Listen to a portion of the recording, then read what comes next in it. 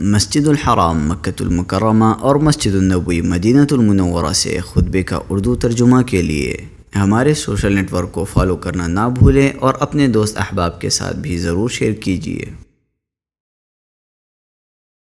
خطبہ جمعہ مسجد النبوی، تاریخ 10 ذی الحجہ 1446 ہجری بمطابق 6 جون 2025 عیسوی۔ موضوع: نیک عمل کو جاری رکھنا۔ خطیب فضیلۃ الشیخ عبدالباری الثبیتی حفظہ اللہ، ترجمہ حشر الدین مدنی۔ تمام تعریف اللہ کے لیے ہے، اس نے جسے چاہا نیک عمل کی توفیق دی اور عمدہ کوشش پر اس کی مدد کی۔ میں گواہی دیتا ہوں کہ ایک اللہ کے سوا کوئی معبود برحق نہیں، اس کا کوئی شریک نہیں۔ اس نے دین پر چلنے والوں کے لیے کامیاب راستے کو واضح کیا اور نقصان دہ راستے سے ڈرایا، اور میں گواہی دیتا ہوں کہ ہمارے سردار اور نبی محمد اس کے بندے اور رسول ہیں۔ آپ کو آپ کے رب نے ہدایت اور واضح دین کے ساتھ بھیجا۔ اللہ درود نازل کرے آپ پر اور واضح منہج پر چلنے والے آپ کے آل و اصحاب پر۔ اما بعد، میں آپ کو اور اپنے کوتاہ نفس کو اللہ کے تقوی کی وصیت کرتا ہوں۔ تقوی ہر بھلائی کی بنیاد، ہر توفیق کی کنجی اور ہر مبارک عمل کی اصل ہے۔ نیک عمل مومن کا رخت سفر، ایمان کے ثمرات میں سے ایک ثمرہ اور رحمان کی رضا مندی کی علامت ہے، اور بندے کے لیے اللہ کی توفیق کی نشانیوں میں سے یہ ہے کہ وہ بندے کے نزدیک طاعتوں کو محبوب کر دے اور موت تک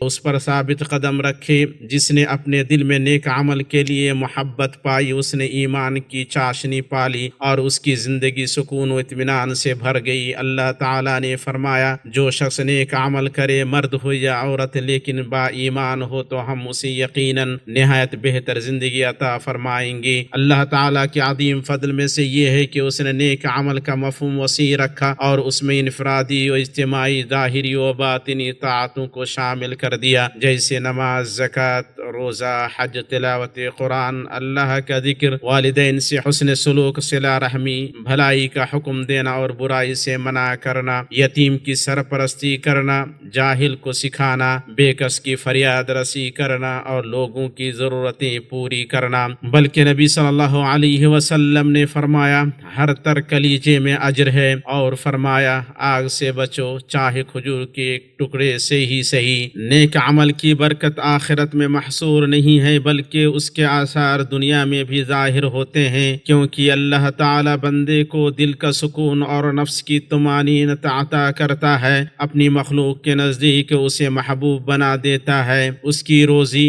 عمر اور اولادوں میں برکت عطا کرتا ہے، اسے دنیا کی پریشانیوں سے نجات دیتا ہے، فتنوں کے وقت اسے ثابت قدم رکھتا ہے اور اسے حسن خاتمہ سے سرفراز کرتا ہے۔ اللہ تعالیٰ نے فرمایا، بے شک جو ایمان لائے ہیں اور نیک اعمال کیے، ان کے لیے رحمان محبت پیدا کر دے گا۔ طاعتوں کے موسم ہم پر گزر چکے، جسے ان میں نیک عمل کی توفیق ملی، وہ اللہ کی حمد کرے اور اپنی طاعت کو جاری رکھے، کیونکہ مومن اپنے رب کی عبادت سے منقطع نہیں ہوتا ہے اور نہ اس پر گامزن رہنے سے تھکتا ہے۔ رسول اللہ صلی اللہ علیہ وسلم نے فرمایا، اللہ کے نزدیک سب سے محبوب عمل وہ ہے جو سب سے زیادہ پائیدار ہو، گرچہ وہ تھوڑا ہی ہو۔ طاعت پر مرتے دم تک ثابت قدم رہنا عظیم ترین کامیابیوں میں سے ہے، کیونکہ اعمال کا اعتبار ان کے خاتمے سے ہے۔ بعض سلف نے کہا، عبادت گزار لوگ اپنی تنہائیوں میں برے خاتمے کے ڈر سے جتنا روتے ہیں، اتنا کسی اور ڈر سے نہیں روتے تھے۔ اے وہ شخص جس نے روزہ رکھا، اے وہ شخص جس نے قیام کیا، اے وہ شخص جس نے خرچ کیا، اے وہ شخص جس نے خشوع اختیار کیا، تو نے جو کام شروع کیا ہے اس میں کوئی کوتاہی نہ کر،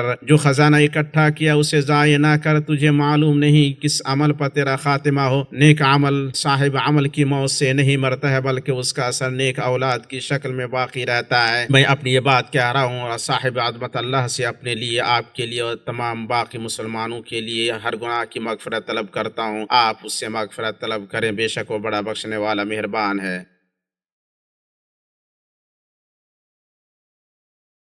اللہ کے لیے بے حد حمد ہے، اور میں گواہی دیتا ہوں کہ ایک اللہ کے سوا کوئی معبود برحق نہیں، اس کا نہ کوئی شریک ہے نہ ہمسر، اور میں گواہی دیتا ہوں کہ ہمارے سردار اور نبی اس کے بندے اور رسول ہیں۔ آپ اخلاق میں اس مقام پر فائز ہوئے جس کی کوئی مثال نہیں۔ اللہ آپ پر اور آپ کے آل و اصحاب پر بے شمار درود اور بے حد سلامتی نازل کرے۔ اما بعد، میں آپ کو اور خود کو اللہ کے تقوی کی وصیت کرتا ہوں، یہی اگلے اور پچھلے لوگوں کے لیے اللہ کی وصیت ہے۔ آپ میں سے کوئی اپنے نیک عمل کے اثر کو حقیر نہ سمجھے، کیونکہ بس اوقات کوئی اچھی بات جو پرخلوص گھڑی میں سچے دل سے نکلتی ہے کسی انسان کی ہدایت کا سبب بن جاتی ہے، کوئی غائبانہ سچی دعا کسی کے لیے خوشی کے دروازے کھول دیتی ہے، اور کوئی تھوڑا سا صدقہ بھی کسی بے کس کو بچا لیتا ہے اور جنت میں داخل ہونے کا سبب بن جاتا ہے۔ رسول اللہ صلی اللہ علیہ وسلم نے فرمایا، میں نے ایک آدمی کو ایک درخت کی وجہ سے جنت میں کروٹیں بدلتے ہوئے دیکھا، جسے اس نے بیچ راستے سے کاٹ کر ہٹا دیا تھا، جو کہ لوگوں کی تکلیف کا سبب بنا ہوا تھا۔ اس لیے کسی عمل کو معمولی و حقیر نہ سمجھو، اللہ تعالیٰ نیک کام کرنے والوں کا اجر ضائع نہیں کرتا ہے۔ بھلائی کے بہت سے راستے ہیں اور توفیق یافتہ کامیاب وہ ہے جسے اللہ ان راستوں کو غنیمت جاننے کی توفیق بخشے۔ اے اللہ، درود و سلام اور برکت نازل فرما اپنے نبی محمد پر، جب ذکر کرنے والے ان کا ذکر کریں اور غافر رہنے والے ان کے ذکر سے غافر رہیں۔ اے اللہ، چاروں خلفاء راشدین ابو بکر، عمر، عثمان اور علی سے راضی ہو جا، اور معزز آل و اصحاب سے اور ان کے ساتھ ہم سے بھی راضی ہو جا اپنے فضل و کرم احسان سے، اے سب سے زیادہ رحم کرنے والی۔ اے اللہ، اسلام اور مسلمانوں کو غلبہ عطا فرما، اپنے مومن بندوں کی مدد فرما، اور اس ملک کو امن و امان اور اطمینان کا گہوارہ بنا، اور تمام مسلم ممالک کو بھی۔ اے اللہ، ہم تجھ سے جنت اور ان تمام اقوال و اعمال کا سوال کرتے ہیں جو ہمیں اس کے قریب کریں، اور ہم تیری پناہ چاہتے ہیں جہنم سے اور ان تمام اقوال و اعمال سے جو ہمیں اس کے قریب کریں۔ اے اللہ، ہم تجھ سے ہر خیر کا سوال کرتے ہیں، اس کے آغاز کا، اس کے انجام کا، ان تمام باتوں کا جو خیر کی جامع ہو، اور سوال کرتے ہیں خیر کے اول کا، اس کے آخر کا، اس کے ظاہر کا اور اس کے باطن کا۔ ہم تجھ سے جنت کے اعلیٰ درجات کا سوال کرتے ہیں اے رب العالمین۔ اے اللہ، ہم تجھ سے اپنے دین میں،